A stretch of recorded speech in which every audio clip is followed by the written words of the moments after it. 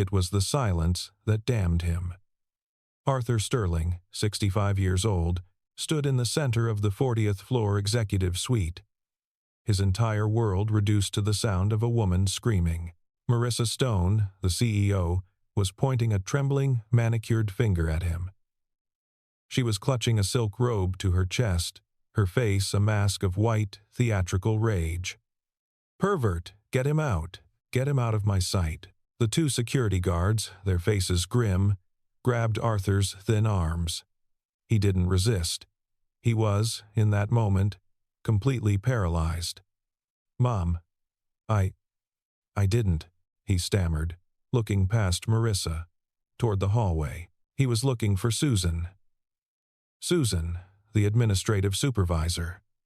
The woman who, just 30 seconds ago, had run to him, her face pale with panic. "Arthur." "Non Len," she had cried, grabbing his arm. "Ba, Marissa, ba bin gut si trong fong thay do." His cart, with its neatly arranged bottles of ammonia and isopropyl, was still parked by the marble fountain. He had dropped his spray bottle and run. He was a doctor. Or, he had been. The instinct, the oath, was buried. But it wasn't dead. A person was down. He had run past Marissa's massive, empty desk, toward the hidden door of her private changing room, the one he was never supposed to clean. He hadn't gone kua. In a medical emergency, you don't go key. He had burst in, and Marissa Stone was not on the floor. She was standing by her vanity, her back to him, having just stepped out of her skirt. She was, for one horrifying, frozen second, in nothing but her lace underwear. He had stopped. She had turned. She had seen him. And then she had screamed. And right on cue, as if summoned by the scream itself, Susan had appeared, leading the two security guards. "Oh my God!" Susan shrieked, her hand flying to her mouth. "Arthur." "What did you do?" I heard her screaming. I just asked him to see if her office trash was full." Arthur stared at Susan. The blood drained from his face as the trap, in all its cold, brilliant, horrifying simplicity, snapped shut. He whispered, You said she collapsed. You said, get him out." Marissa screamed again, the sound tearing through the silent office floor. "Get that filth out of here." The guards didn't ask questions. They dragged him, a 65-year-old man in a gray janitorial uniform, across the plush carpet and into the elevator. Arthur didn't fight. He was, again, just a man paralyzed by a woman's final sound. The last time had been his daughter's. The meeting the next morning was not a meeting. It was an execution. It was held in a small, windowless HR room on the 12th floor. Arthur sat on one side. On the other sat the head of security, the head of HR, and the company's smirking, reptilian legal counsel. "Mr. Sterling," the HR woman began, her voice dripping with practiced, insincere regret. "We have statements. One from Mrs. Stone, one from Miss Susan Gable, your supervisor, and one from the security team." Susan lied. Arthur said. His voice was a dry, dead monotone. He hadn't slept. He had just sat in his tiny apartment, staring at his hands. "She told me Mrs. Stone had collapsed. It was an emergency." It was. A setup. The lawyer laughed, a short, barking sound. "A setup? Mr. Sterling, let's be realistic. Why would a supervisor and a CEO conspire to frame a janitor? Here's what we do know. You were found, unauthorized, in the CEO's private dressing room while she was in a state of undress. This constitutes gross misconduct, sexual harassment, and created a hostile work environment. I was trying to help, Arthur whispered, the words sounding pathetic even to his own ears. Your employment is terminated. effective immediately. The lawyer said, sliding a tablet across the table. You will be escorted from the building. We are, on Mrs. Stone's generous request, not pressing criminal charges at this time. Generous. Arthur looked up, and for the first time, the deadness in his eyes was replaced by a cold, unfamiliar spark. She planned this. Sign the papers. Mr. Sterling. You'll lose your pension, of course, but you'll stay out of jail. My pension. Cause for termination. Gross misconduct. No benefits, no severance, no pension. You're lucky. Now sign. And Arthur understood. It wasn't just Susan. It wasn't just spite. It was money. He was 65. He was fully vested. He was an old, expensive legacy employee. Marissa Stone, the ice queen, who was famous for trimming the fat, hadn't just fired him. She had liquidated him. She had used Susan as a tool, or perhaps Susan had done it to curry favor. It didn't matter. The result was the same. Marissa Stone hadn't just taken his job. She had taken his entire, paltry future. She had taken the last 15 years of his penance. He looked at the lawyer. He looked at the HR woman. He looked at the security guard. They were a wall. He was nothing. A pervert. A ghost. He signed the paper. I have things, he said, his voice hollow. In my locker. Well, have them boxed and sent to you, the guard said. No, Arthur said, a sudden, fierce protectiveness rising in him. There's a picture of my daughter. The guard sighed. Fine, he'll walk you down. He was escorted to the basement, a prisoner walking his last mile. He cleaned out his locker, the worn copy of Gray's Anatomy, the extra bottle of hand sanitizer, and the small silver frame. Amy, 16 years old, smiling, her braces shining. The last photo. The photo from the day before the accident. He clutched the frame to his chest. The guard led him to the loading dock. Don't come back, old man, the guard said, not unkindly. Arthur stepped out into the blinding, cold afternoon light. The first, hard flakes of the coming blizzard were already beginning to fall. He was 65, unemployed, branded a sexual deviant, and about to be homeless. And for the first time since his daughter's death, his profound, crushing grief was replaced by a new, sharp, and wonderfully clean emotion. He hated Marissa Stone. The storm hit that night like a biblical event. It was not a snowstorm. It was a horizontal, screaming wall of ice and wind. The city of Chicago simply stopped. The power grid failed. The plows were pulled. The L trains froze on their tracks. It was the blizzard of the century. And Marissa Stone, CEO, was furious. What do you mean you can't hold? She snapped into her satellite phone. The 40th floor office was dark, save for the green glow of the emergency lights and the blue-white light of her laptop. The power had died 2 hours ago. The building's generator had kicked in, but it was struggling. The Tokyo market opens in 1 hour, she continued. If we do not finalize this acquisition, the entire quarter is lost. I don't care about the storm. I'm here, aren't I? She was. Against all advice, against the direct orders of the mayor, Marissa Stone had refused to evacuate. Her private helicopter was grounded.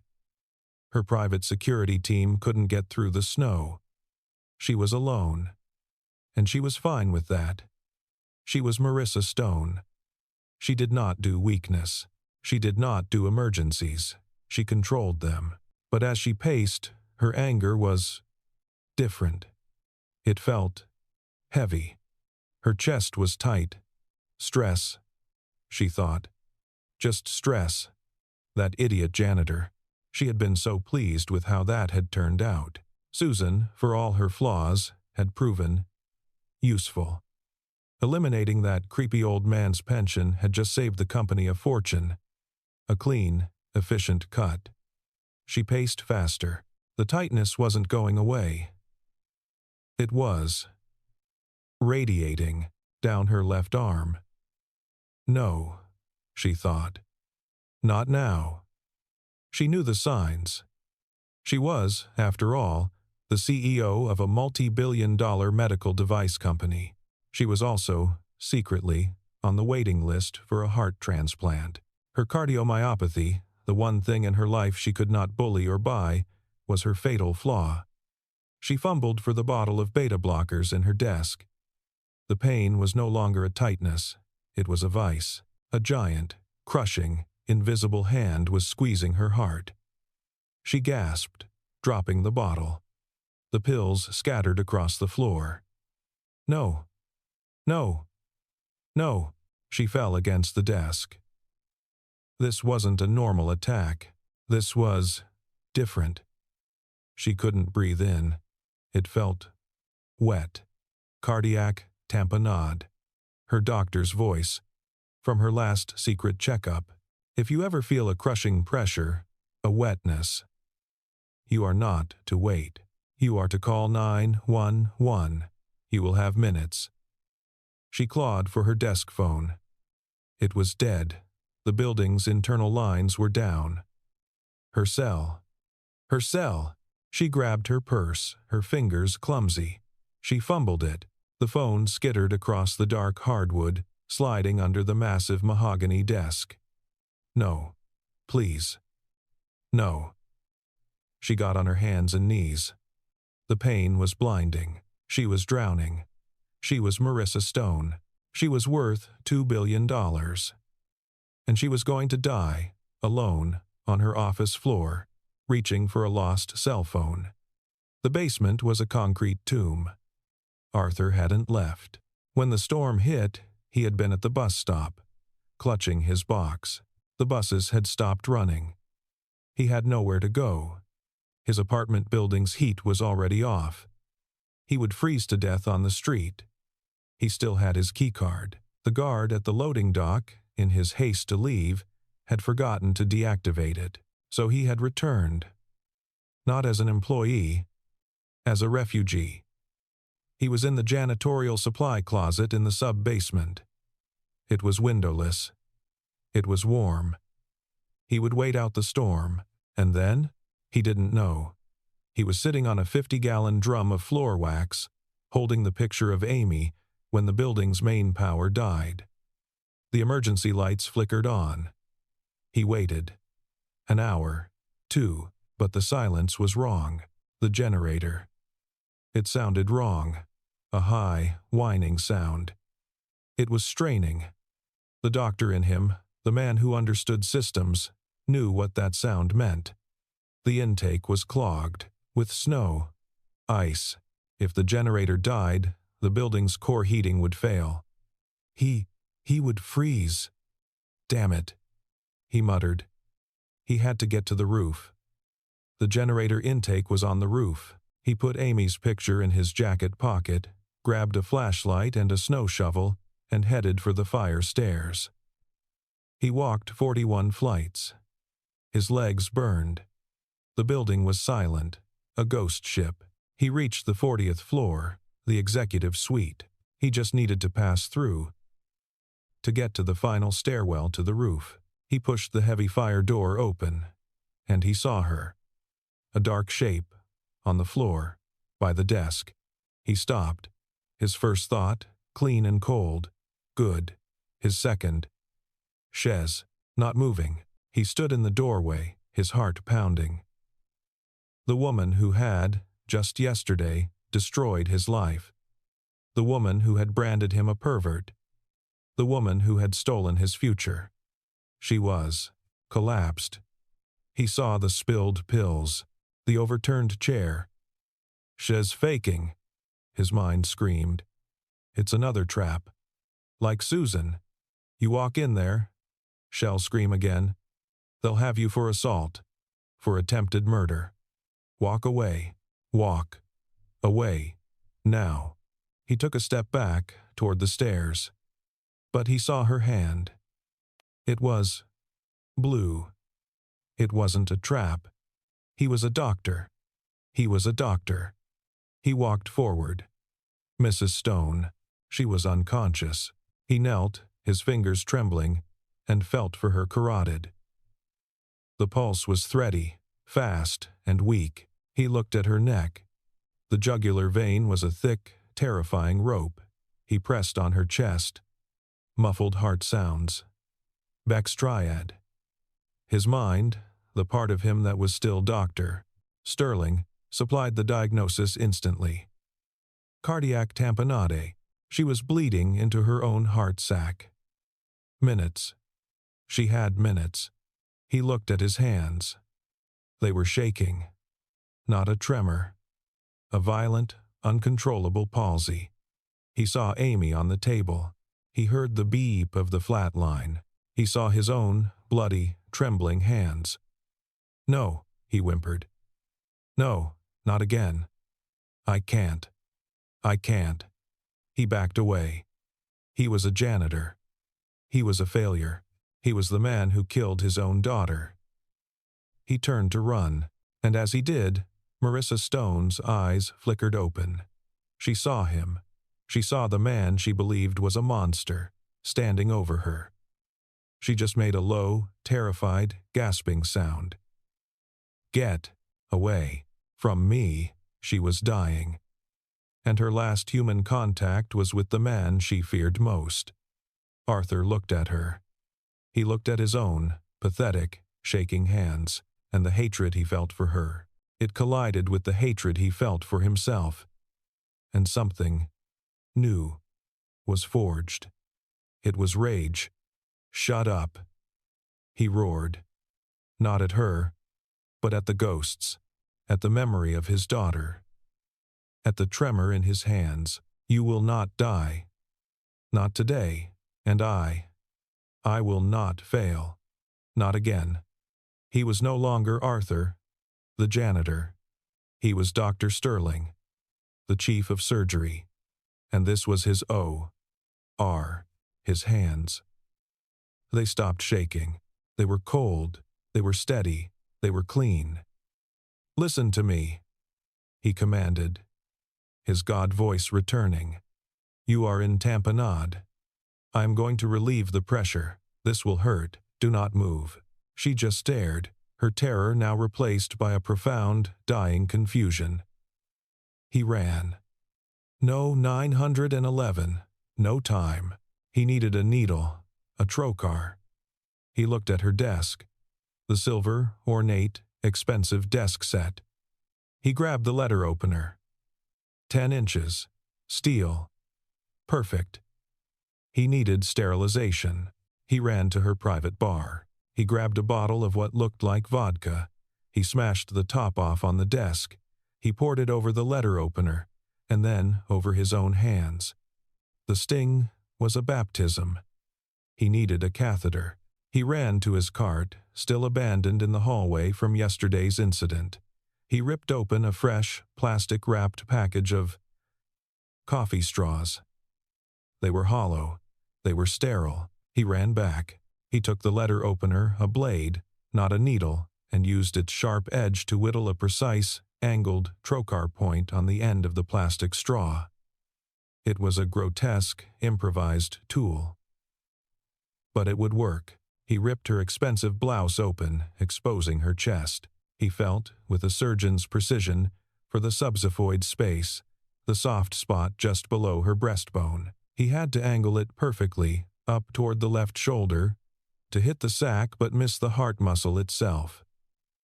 It tried to come back. He saw Amy's face. No. He commanded himself. He looked at Marissa's face, the woman who had framed him. The hatred focused him. He pushed. Marissa's body arched off the floor in a single, violent, agonizing convulsion. Her eyes rolled back. He had hit the sac. He pulled the metal blade out and in the same, fluid motion, fed the sharpened, hollow coffee straw into the tiny incision. And then it came. A dark, thick, venous stream of trapped blood erupted from the end of the straw, spattering onto the white wool carpet. Marissa Stone gasped. It was not a gasp of pain. It was a deep, ragged, shuddering, life-giving intake of air. The color, the faint pink of life, rushed back to her face. Her eyes, no longer terrified, just looked at him, wide with a profound, earth-shattering confusion. Arthur held the straw in place, his hand as steady as a rock, until the draining slowed. He taped it to her chest with a roll of Scotch tape from her desk. He found her cell phone under the desk. He dialed 911. "This is Dr. Arthur Sterling," he said, his voice clear and in command. "I am on the 40th floor of the Miller-Harrison building. I have a 50-year-old female. Post-emergency pericardial drainage via improvised catheter. Yes, you heard me. She is stable, but in critical need of transport." He gave the dispatcher the building's emergency access codes. He stood up. He looked at the blood on the carpet. He looked at his own hands, covered in it. He looked at the woman who had tried to destroy him, and who was now breathing steadily because of him. He walked, in a daze, back to the basement, retrieved his small box with Amy's picture, and walked out the fire escape into the heart of the storm.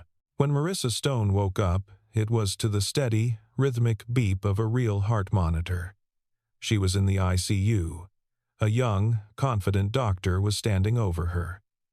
"Mrs. Stone, welcome back. You are the luckiest woman alive." What happened? What happened?" the doctor said.